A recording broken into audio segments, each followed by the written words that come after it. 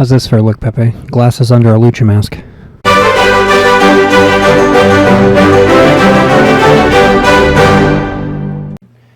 Good enough. January 12th episode of Collision just ended. I pulled everything on very quickly so that I could do this, and here we go.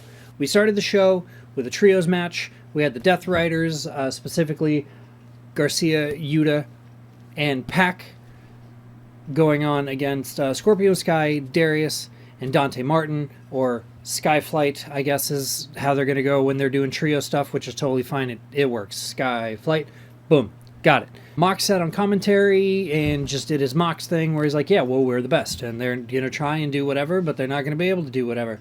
And in the end, he was right. The Death Riders ended up with the victory after a hell of a fight. There was lots of back and forth, but Pac was really cleaning house. Garcia got a couple decent shots in. Garcia took a couple decent shots. And overall, everybody did really well. I think I don't do like scores. I don't give it stars. I don't give it ups. I don't give it downs. It was good. This was a good match. Everybody involved had something going on, and it worked really well for what it was.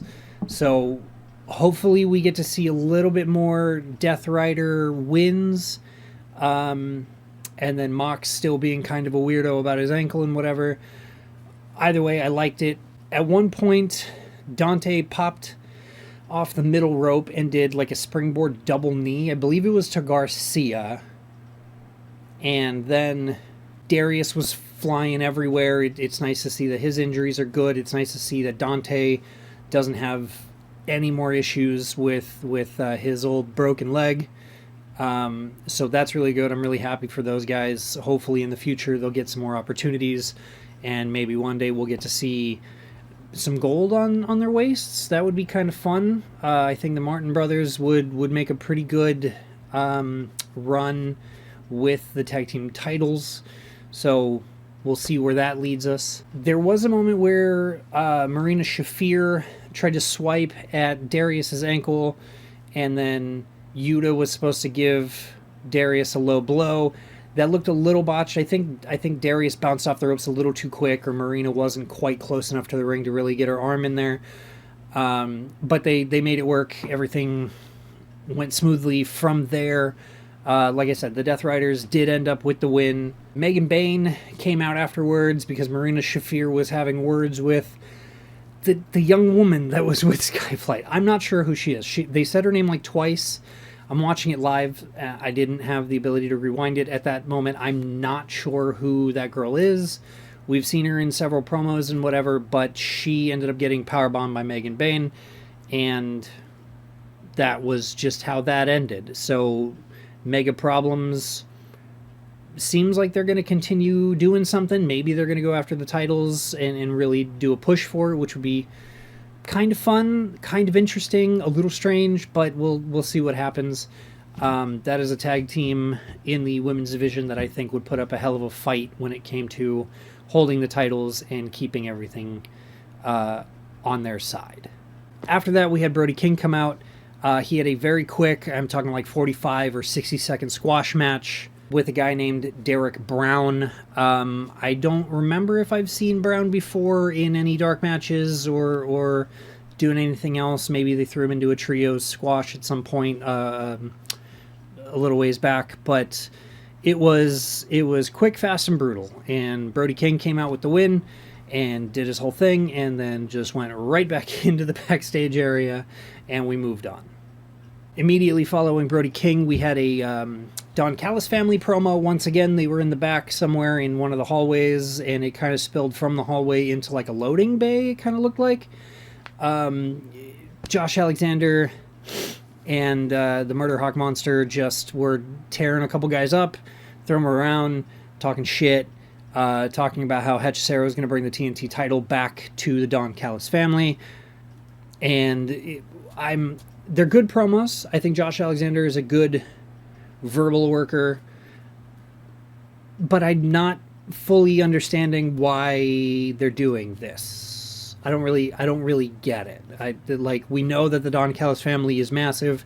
They've got a lot of manpower, big men slapping man meat, but I'm not sure why we're getting these weird promos in the back. It seems a little out of place to me, but I mean, the Don Callis family is kind of on a roll when it comes to wins this year so far, especially because right after that, Commander and El Clone went one-on-one. El Clone ended up with the win. It was very high-flying. It was very mat grappling and rolling around, and it was pin reversal into pin, reversal into reversal into another pin, into doing this, and the flippy tricks, and the jumping, and the whole thing. I liked it. I like El Clone's mask. I would like to get one, but apparently they don't sell them on shopaew.com. I don't know why they don't sell El Clone masks on Shop AEW. I know they sell a lot of holograms masks. I don't know why they haven't put out the El Clone masks yet. I would buy one. I think they look cool as hell. Commander was really doing his best out there. He just seemed to have not quite enough like physical manpower to take out El Clone. So El Clone ended up doing his whole thing. He did hit a portal bomb at the very end because he's the clone, so he's also using holograms move, which is fine. It was a pretty good, pretty clean win overall, which is nice to see from the Don Callis family. So I'm happy with it. I really like El Clone's like weird kip up, hold the bridge, Pele kick thing. I think besides Jack Perry's like turnbuckle backflip German suplex thing, I think Clone's kip up Pele kick thing is super fun to watch. It takes a lot of core strength to do a kip up, let alone do a kip up and hold it at that angle. Because I mean, he's like this for several seconds, and then he has the wherewithal to jump and kick, and that it's really fun to watch. If you haven't seen it yet, I highly suggest taking literally 10 seconds out of your day to go and find it on YouTube or Instagram or whatever, and just watch a clip of it. It's really cool. After Clone and Commander, we had another Wrestle Kingdom promo package, just reminding everybody that AEW and New Japan have that fun Let's Trade Talent contract. And I think that keeping that in people's mind might in the long run help more people go and watch New Japan, which would be good, because if we can get more New Japan stuff here in the States, that would be awesome. I need to look into seeing how much their app is to start streaming and watching that on top of AEW. Also Ring of Honor, but I'll get there eventually. It's fine. After the package, we had a Mina Shirakawa and Lady Frost match. Not a squash match. They like to bring out Lady Frost from time to time just to like show how good the AEW talent is. And once again, we got to see how good Mina was, but we also got reminded of how good Lady Frost was. She can keep her own. She's got her own weird little move sets because of her like gymnastics background, and it was really good compared to some of the other matches of the night, just because I didn't see any botches. I didn't see anybody out of place. It was very cut and dry as far as like, okay, Mina's going to have the upper hand, then Frost's going to have the upper hand, and they just kind of did their little tango back and forth. Mina did end up with the win. The weird thing was like right at the beginning of the match, one of the ringside people brought, while Mina was doing like her entrance thing and like standing on the ropes and being like, I'm Mina, someone brought her 3 bouquets of flowers, and she like grabbed them and she was like, whoa, weird, I wonder who would send these to me, I don't know why I have these. And then Lady Frost gave her a super kick through the flowers, which was a very interesting way to start the night, the match. And then the flowers just kind of went everywhere, and then suddenly, right near the end of the match, they reappeared right on the ring apron. So then when Mina won, she grabbed them all, and she was like, I love flowers. And then she disappeared into the back. So no word on who sent them yet, but I'm not sure if we're going to try and work this into a storyline with Orange Cassidy. It would be weird, but kind of cool, but also very strange, all mixed into the same bubble that is Orange Cassidy. So, I don't know. We'll see what happens. After that, we got a Mercedes Moné package, and she's like having this huge mental breakdown, and she's like, I'm going to take a break from AEW, but when I get back, the only thing I'm not only going to be collecting titles, I'm going to be collecting heads or something along those lines. It was very rambly and awkward, and she's taking a break, so I'm happy. Personally, hands up, thank you. Let her take a 6-month hiatus and come back and do whatever eventually. For now, let's just let her take a break.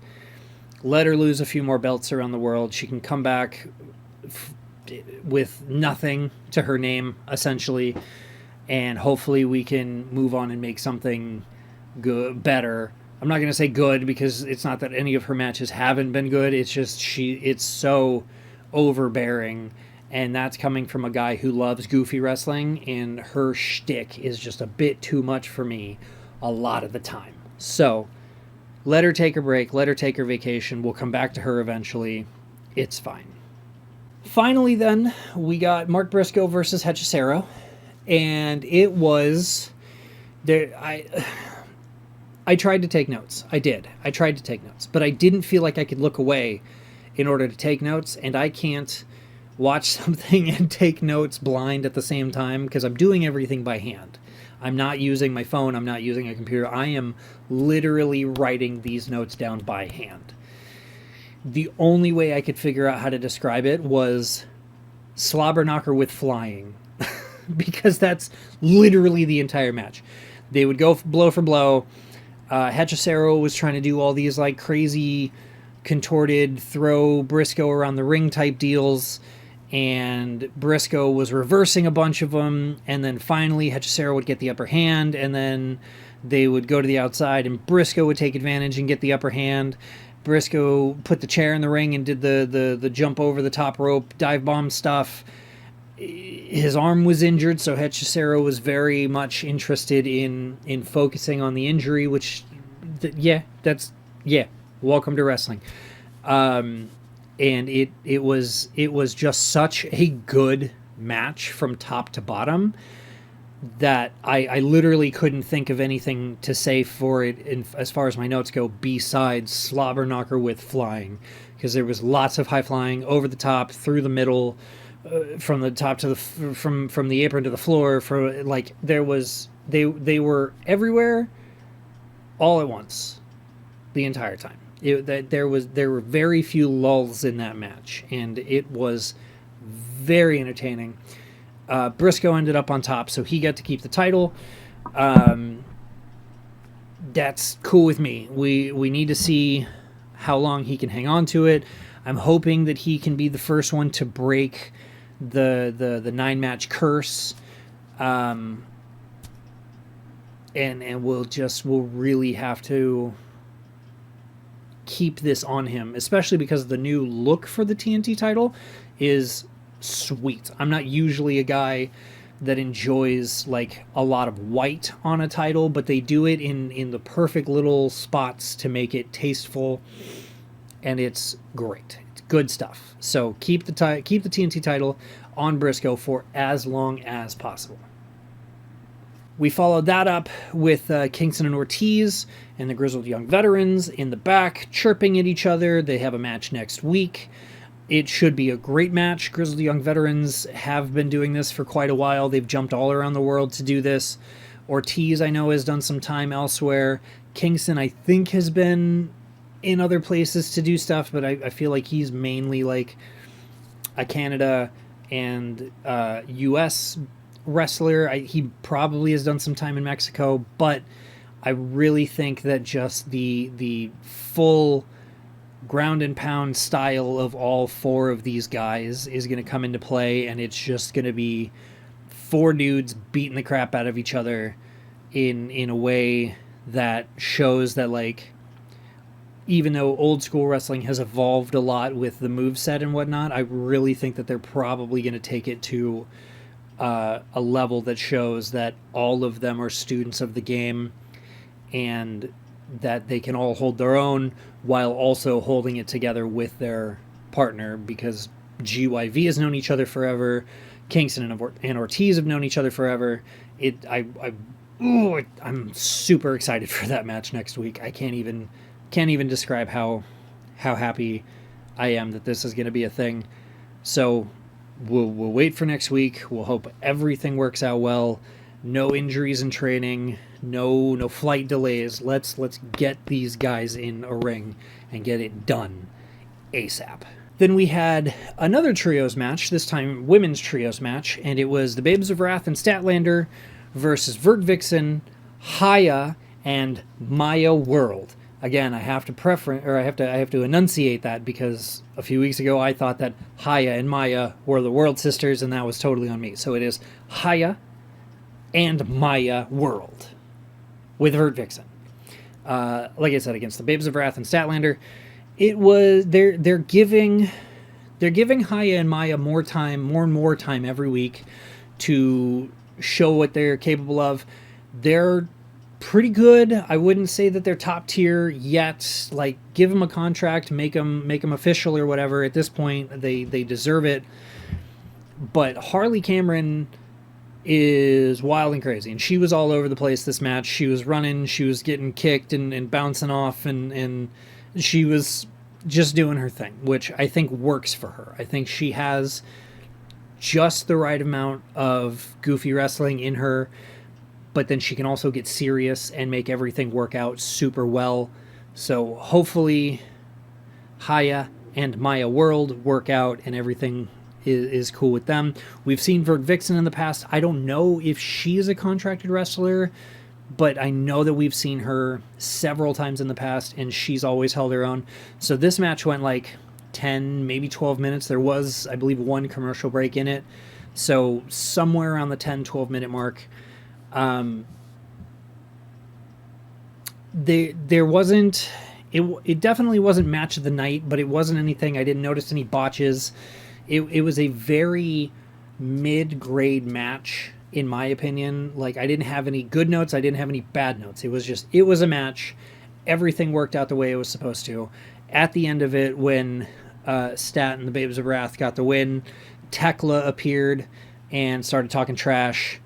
And so they're really trying to ramp this up so that it's going to be the Triangle of Madness versus the Babes of Wrath and Statlander, or the Babes of Wrathlander, I think, is somebody on the commentary table said, which I'll use it. I think it's fine. I think it works really well for them, actually. So the Babes of Wrathlander versus the Triangle of Madness, that's coming up pretty soon. I don't know if any titles are going to change hands during this whole thing, but I know that it's going to be fun regardless.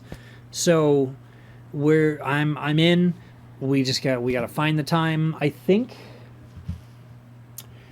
they didn't specify that the match was happening within the next couple of weeks, but I'm sure that, like, by the end of February we'll have seen something from all of this. I mean, we're a third of the way through January right now. So by the end of February we'll probably have something. It more than likely will be on the first pay-per-view of the year, which is about a month away. 6 weeks at the latest, which again by the end of February. So we're gonna have something soon. I feel it in my bones. Dems my bones. And it's gonna be great. It should work out to give us a really good, probably 20-minute, probably 25-minute match. And you know, we all know that none of those women are afraid of bleeding. So it could get real ugly real quick, which would be just super fun to watch. So keep your eye out for that. Bandito came in real quick with a little package. Basically just once again calling out MJF's, being like, you know, you hide behind money. I come from, I've worked my ass off to get here. Like, I'm going to take that title and I'm going to be the new AEW champ. And that match on Wednesday, which again, I'm really hoping to be there, but I'm not 100% sure yet. So that should be fun. It should be a good match. MJF will keep the title. None of us can say that Bandito, not that Bandito isn't good enough to be the champ. it's just too soon. It's too soon for Max to lose it. He has to make it at least this calendar year with the title in hand, if not all the way into like next summer, maybe the end of 2027. Like, he has to hang on to this title for quite a while and break the record that he set.